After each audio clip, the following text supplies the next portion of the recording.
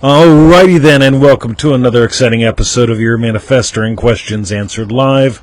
My name is Mr. 2020. Today I am coming to you live from the cottage, feet from the portable, the disposable hot tub, and it is just you and me because Victoria is just having fun in the garden. So, what we're going to do first is share the show with a couple places. If you'd do that as well, I'd greatly appreciate that. And what the hell? We'll put it there too. Alright, boom. So, Jumping Joe Weldon has joined the show. So, visit us at freeneville.com. There's like 1,000 goodies there for you. Join us today in manifestingmasterycourse.com.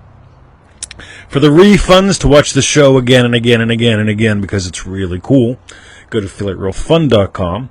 Maggie. And, what else do we tell people to do? easymanifestingmethods.com. Oh yeah, baby. So, this is just a brief overview. Look at that, we got some garden going on. Got some lumber.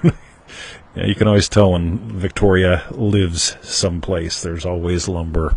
So, ready, let's dive in with today's questions. Yes, I know we're actually 1 minute early. How cool is that? Joe is tagging people. I appreciate that, Joe. Cool. So ready, Mark in Money Now asks about how to imagine wonderful clients. This is really, really cool. So Mark says, hello, TT. I totally understand your message. Let your weird out. People are starving for it. Sing your song. Can you tell that's my message? I would love to share me and bless the world. I just do not like using Facebook, blogging, social media, and so on. I even once wrote a book, but it was hard for me to end it. What can I do? Imagine I have wonderful clients that are blessed by me without thinking about the media to use. How do I find my song, dance, and thing that I'm good at? Love, Mark. All right, so I see two questions here, Mark. The first one is how to imagine... I would imagine happy, loving clients, people that are satisfied. I've got my little thing I shared, my little money manifesting mantra kind of thing that I share on the podcast once in a while. I imagine happy clients who pay what I want and refer others who do the same. Nice and simple. It implies heaps. So I imagine emails from folks like you, Joe, Lisa, Caroline, welcome to the show. So begin with the end. The end is your friend. The other thing here, how do I find my song, dance, the thing that I'm good at? There's that thing where you discover it along the way. All I knew is I wanted to be a black belt in Kempo karate. I just felt that. And I was the most unlikely person to become a black belt in Kempo. Kempo translated means way of the fist. And for the first 7 years, I was primarily a kicker. So I did things my way. And my suggestion to you is... really know that whole thing of happy clients who love you, pay what you want, refer others who do the same. And don't worry about the social media thing. Like I started out with this thing just identifying my core message many years ago, and I would make little one-page handouts. I used to write for the local New Age magazine. This is before the internet. Uma shaga. And so, before the internet, I used to write one-page articles for the Point of Light magazine, and then I'd get 500 copies off of them, and I'd insert other articles that I wrote in there. It's just little one-pagers. So I think the big thing is, there's something in you that you really have to share, that you really get to share, that you really get to give to the world, and you find ways to do it. So, I'll share one more. One of my most underutilized website is exhostage.com. It's not just because I'm an ex-hostage, it's because I believe in freeing hostages. That's a big part of my message. That's quote-unquote, let's say the dark side. The light side comes with my name. Yeah, I want people to live by vision. Lisa, welcome to the show. I am loving your work. Just want you to know. So, next we have Sanju. Sanju says, say hello to Victoria. I will do that. I don't see her. When I see her, I will. I do want to take manifestingmasterycourse.com, but I am out of international payment. Anyway, what are you guys looking at? Anyway, keep posting. Where the hell was I? So I can get to the deep dive and get wet. I love that. So today I'd like to ask about why can't I manifest fast? just because I believe everything comes in order or right timing. Am I selling the pearl? Is there a cure? Can I manifest being taller even? Right. So here's the cool thing. Oh, look at that. Tagging Dr. Brian. Thank you, Valerie. So you're manifesting every day. I have gone nuts over Joseph Goddard. And if you email me, I'll send you a link I probably already have to the Joseph Goddard protocol. We actually put together a product on it, Joseph Goddard to the max, because people keep screwing it up. But what I want you to do is to start giving life to specific events of your day already having gone your way. That's the core of that. For example, I imagined up a absolute fantastic, bombastic, elastic show, and Victoria wants to play in the garden. So we get to have a bombastic, fantastic, elastic show with Cassidy. Welcome to the show. So this is the cool thing, because whenever I don't let anything get in my way. If I was making the show about her instead of my experience of this show with you, I would be all upset. Instead, I'm telling her, look, why don't you just enjoy yourself in the garden? That's what you want to do. So go have fun. I'm taking her out on a date. So, Sanju, let's start there. You do manifest fast. I want you to notice how fast and how easy you manifest your daily wins. So Joseph Goddard, that's where I'm going to encourage you to play. I'll send you a link if you've got to find that. Bo, how you doing, buddy? I got some dogs here. Victoria's in the garden. So, and there's Cindy saying every morning Joe goes, exercise for me. You know, it really is this thing. When you wake up in the morning, you're imagining stuff anyway. And so you might as well be imagining specific events of your day already haven't gone your way. And Caroline, I just saw your thing go past. I didn't get to read it, but I love that you are here. So, cool. Next, happy family. This is anonymous.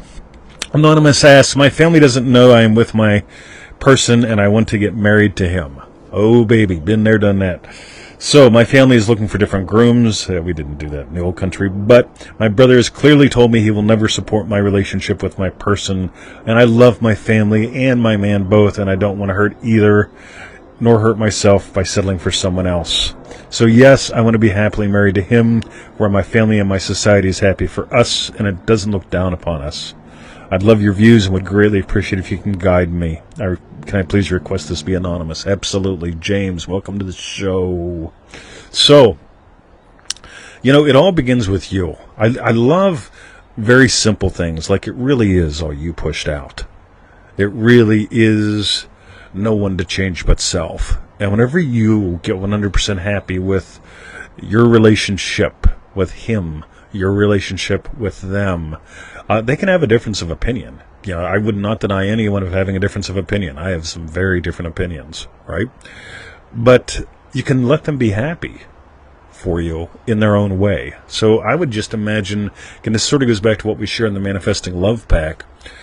First, you imagine you happy, right? Just you're happy with it all. You're happy with your relationship with him, your relationship with them. On the other hand, what's really, really cool is you can imagine them happy. Because I bet you're imagining them never being happy, especially since he said he'll never support you, right? It's just, you get to stop imagining what you don't want to imagine, and that's a biggie. And again, I'm going to go back to the Joseph Goddard. What will happen if you do Joseph Goddard every day is you're going to fill your days with specific wins, specific celebration of those specific wins, and you're not going to have time to worry about whether or not your family approves. They're going to be happy for you. It's just one of those really simple things. So, and for those of you who want to dive deep, Joseph Goddard to the max.com. All right. Bo says, my calcium was high. Doctor wanted me to go to a specialist. I said, no. All right. Doing Joseph Goddard and some other vitamin things. It was normal yesterday. Did that in just 2 weeks. You know, Bo, I have people all the time tell me about these wins that some people say are small, some people say are big. I'm going to call this a big win because your body is your temple. Your body, you give life to your body. And when you imagine health, you do whatever you do, and suddenly what happens, happens. Whether you take vitamins, whether you get a foot massage, it doesn't matter. And I think it's beautiful because you have chosen to do Joseph Goddard And that's really, really cool. Again, specific events of your day already haven't gone your way. And one of the things you could do is, if you got to check levels, whatever that means, you imagine the level's great, right? Because if that's a specific event of your day, you can imagine that. Why not? So, Alona asks, real estate investing success. Okay. Hi, TT and V. I recently joined a workshop, Real Estate Investing. I really liked the workshop, but at the end, they were asking for over $20,000 in order to train with them. I am so disappointed because it is so much money. I know your story about how you trained to be a black belt and people were showing up to train you. Should I go to the end and not worry about the money and believe that the right people are going to show up? Cool. I always have a question when somebody asks me about real estate investing, crypto, Forex, day trading, all that stuff. Do you really want to do that? And this is important because I find when people go, you know what, I really want what that'll give me, you have to move to that. Yeah, if you want to be a real estate investor, you will find a way, right? And the one thing that I notice is most people that spend like 20 grand on a course never fucking do anything. I deal with a lot of you people. And this isn't a bad thing. It doesn't say anything bad about you or bad about them. But it really comes down to if you want to be investing in real estate, I'd imagine being a real estate investor. And I can promise you the resources that you need will show up. Could be a seminar, could be money for a seminar, could be somebody's books. Heck, I bought courses back in the 90s about that kind of stuff. Spent $500,000 here and there. The cool thing is the first course that I bought cost me $1,000. And through that course that I bought, I learned something that had me buy my next 2 houses. I did very well. So I'll just say, hey, I never turned into a real estate investor. I tried going that route. I just wasn't passionate about it. But I got my money back easy. So we'll toss that out there. And remember, the end is your friend. Notice, do you really want to do this? Or is it something that will give you what you want? So, like, I enjoy just enjoying a sip of scotch. I don't drink to get drunk. All right? I enjoy teaching. No matter what, I've been teaching something in one way or another for most of my life now. But let us continue. Alona number 2. My friend just called and complained about how hard it is to get pregnant and how chances are low with age. I'm in my 40s and would like to be a mom. I'm not going to lie. After her phone call, I started to doubt my chances. Great. Manifesting Mastery course week 1.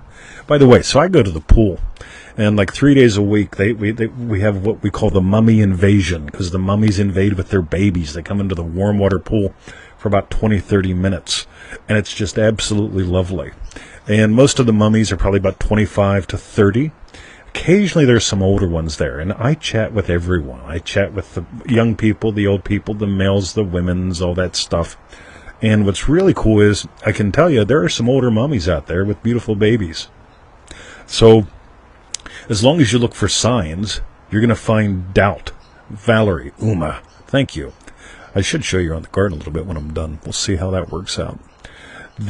So, if you're looking for signs, when your friend calls, of course you're going to get worked up, right?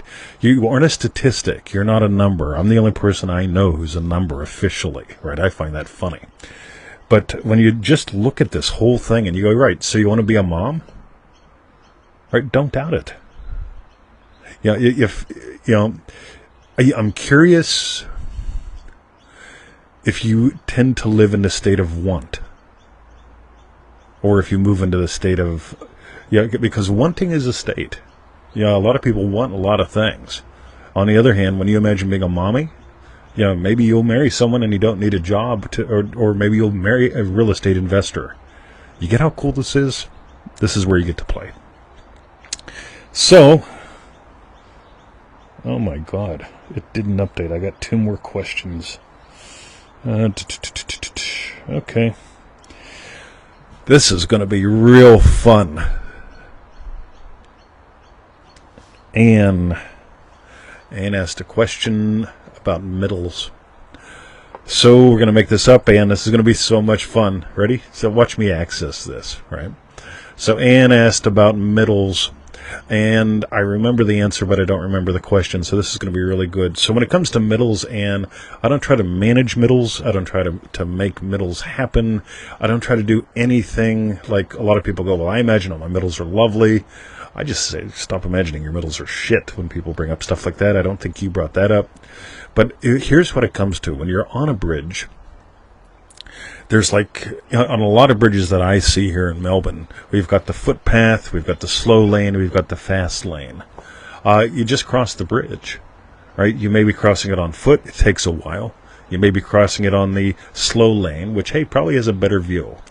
Or you could be passing it on the inner lane, which there's not much view, and you go pretty quick. So I wouldn't worry about them. I tend to imagine yummy bridges. Like, at the end of the day, at the end of the date today, I'm imagining Victoria's Yum.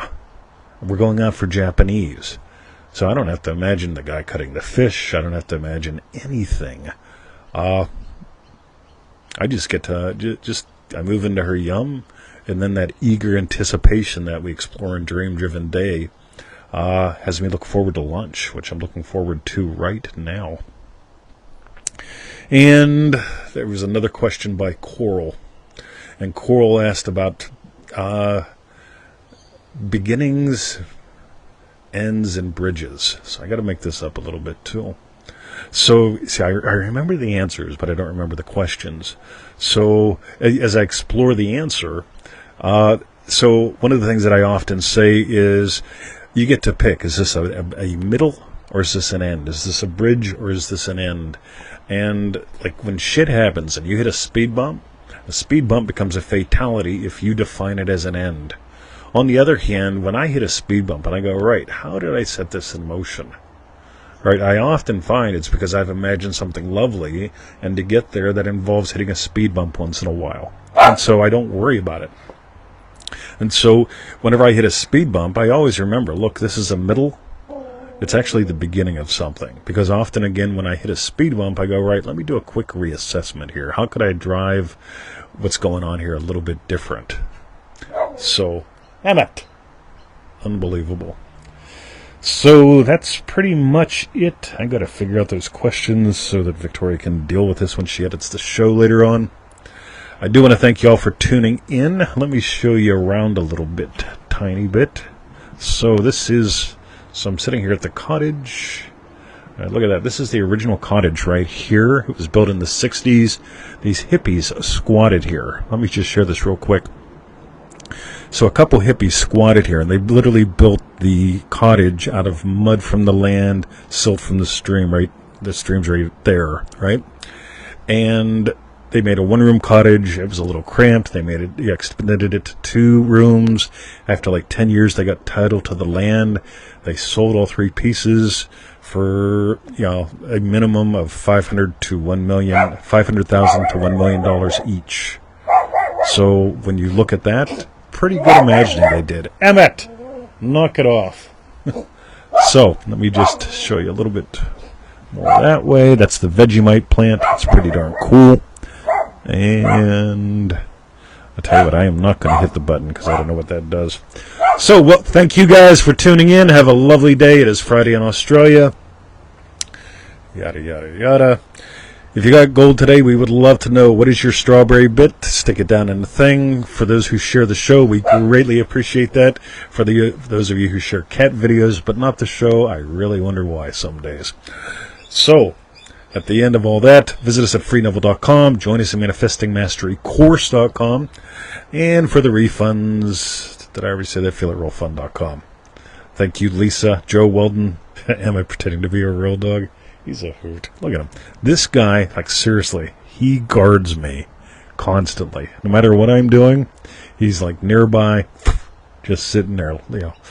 You're a loyal little buddy, aren't you? All right. Have a great day, gang. Love ya. See ya.